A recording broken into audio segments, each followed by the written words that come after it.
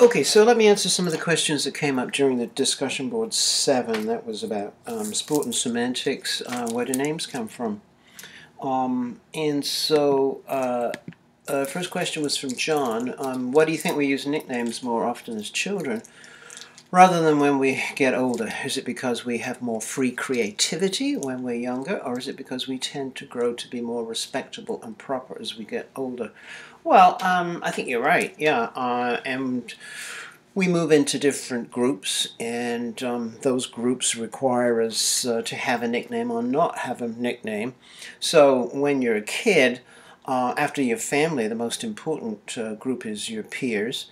And that's a time when we usually have a nickname, and it gives you identity. And those are the kinds of anti-diminutives that Viesbeke, the Australian linguist, talked about. And as you get older and you move out of those groups and maybe you start your own family and you have a professional life, then those nicknames are no longer important. And so then you get a more respectable name. So for example, I used to be Dave, and then when I got older and got married, I suddenly became David. Kaylee has a nice answer as well. I think that we use nicknames more as children because names might be easier to pronounce when they are shorter or repeating sounds. For example, all of my younger cousins and siblings called me Kay or KK because it was easier to say than Kaylee. Similarly, my sister's name is Hannah, but my parents and aunts and uncles called her Banana when she was little because it rhymed. Yeah, I think that happens a lot, and those of course are affectionate diminutives. Zach says, after viewing the video clip from the Z-Boys movie, I looked up the name to see where it came from. It seems that it comes from the Zephyr surfboards that the young men preferred.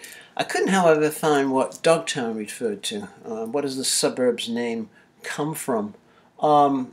Well, it's a kind of a local name. It was a name given to this particular part of Pacific Ocean Park, which was a part of Santa Monica.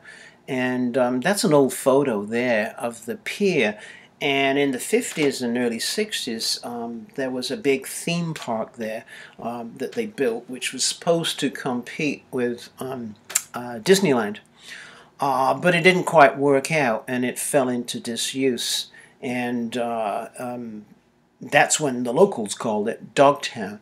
And if you watch that movie, that documentary, at the beginning of it, you see fantastic shots of the Z-Boys, the surfers, surfing in between the crumbling, falling parts of the pier.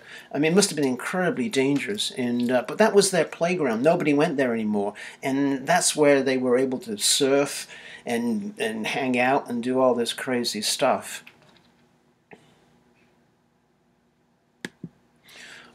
Matt says, can you think of any nicknames that are associated with prominent athletes? Well, yeah, we got a few responses to that. Here's some response from soccer, which of course I'm more familiar with. Here's a kind of an older player called Roberto Baggio, and he was a great player for Italy in the 90s. And he actually was a Buddhist, and he was one of the first players to wear his hair in a ponytail. So he became known as the divine ponytail, or il divino codino in Italian. Lionel Messi, of course, is known in Spanish as La Pulga, the flea. I guess because of his ability just to sort of just go past people as if they're not there. Here's a couple of nicknames which these particular athletes would not be proud to have. One is David James. He was a goalkeeper, played for Liverpool and Manchester City. He was called Calamity James after kind of a lot of mistakes he made. He was a good goalkeeper, but he did make mistakes, as all goalkeepers do. Calamity James play on Calamity Jane. Carlton Cole, can't control. Yeah, that's not a nice nickname to have. And here's a recent player for he plays for Chelsea. He just broke through this last season. I can't pronounce his name, and neither could the fans at Chelsea, so they called him Dave. Funny, hey? There's a couple of players, of course, who have nicknames because of the way they look. So here is the Brazilian player Hulk, and he certainly has a resemblance to Hulk. What's so neat, and one of you guys pointed this out, is that you can put these nicknames on your shirt, and then it becomes a brand, of course, that you can exploit. So. What's his name? Givanildo Vieira de Souza has Hulk on his back of his shirt. Likewise does the Sergio Aguero, known as Kun, and plays for Manchester City, and he has Kun on his shirt. And the derivation of his nickname is that ever since he was a kid, he was likened to this character called Kun Kum in this Japanese anime, and there he is. Kaylee asks, what is your opinion on the naming of teams when using other ethnicities and races? Is it degrading to Native American culture, for example, to name the team the Reds or the Redskins and have Native American mascots? Or do you think it's simply a way to honor the history of Native Americans who lived in the area? Yeah, well, unfortunately, I mean, that wasn't the original motivation. And a name like Redskins and Indians, of course, are what we call exonyms, and one of you guys mentioned the use of those. It's an exonym is a name given by somebody else to somebody else, right? So it's not a name that they particularly like. It's like those nicknames we had before, Carlton Cole, Can't Control, and Calamity James. Those are exonyms. They're given by other people. So, of course, we know Columbus called them Indians because he thought he was going to India. Well, oh, no, sorry, it wasn't India. And, of course, Redskins is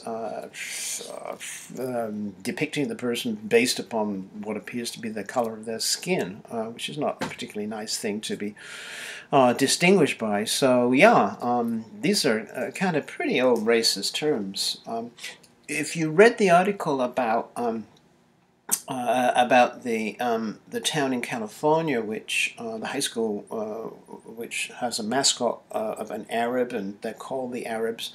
That's a date-growing area in California, so that's why they associate themselves with things Eastern, and that's why they Oriental, if you want to call it that, and that's why they took the mascot Arabs. I don't think anyone disagree with the notion of calling themselves Arabs. What they didn't like was that the mascot tended to distort or stereotype what is a negative view of what an Arab looks like. And so a lot of these mascots, these Native American mascots of teams, tend to stereotype in a negative way. Just says, it is from my personal experience that older sports fans don't always recognize the names of new players as the new player has entered the league. Because of that, I've noticed that older sports fans refer to newer players solely by their nickname. Has anyone experienced this? Yeah, right. And we had an example there where you have names that you can't pronounce. And there's probably... because of the internationalization of teams and having names from lots of different languages and cultures, that perhaps older fans prefer to use a nickname. Right. It'd be nice to hear some other examples of that. There was an owner of Manchester City football team who is from Thailand. He's not the owner anymore, and it's hard to pronounce his name, but it's something like Shinawat, and it's spelt very similar to Sinatra, all right? So the Man City fans called him Frank. Um, um, and so that's, familiarizing, taking a familiar name in the same way that the Chelsea fans called their particular player Dave. Yanlin says, do you think sports as an important identity for a country? In other words, when you think of a country you've not been to, will you think of one particular sport as your impression of this country? Yeah, I think often, if you're into sports, that's often how you think about it. I mean, most people think of soccer when they think of Brazil. And after the next unit, if you watch Invictus, you'll probably realize that most people think of rugby when you think of South Africa. Um, uh, these days, if you mention the name of the country, Sri Lanka, which used to be Ceylon, you'll think of cricket. India, of course, has always been renowned as the home of the country of hockey, just as Canada is considered to be the home of ice hockey. And Indonesia, when I think of Indonesia, I think of badminton. And of course, Indonesians have long been the champions of Indonesia. And as Yanlin will tell you, of course, ping pong makes you think of China.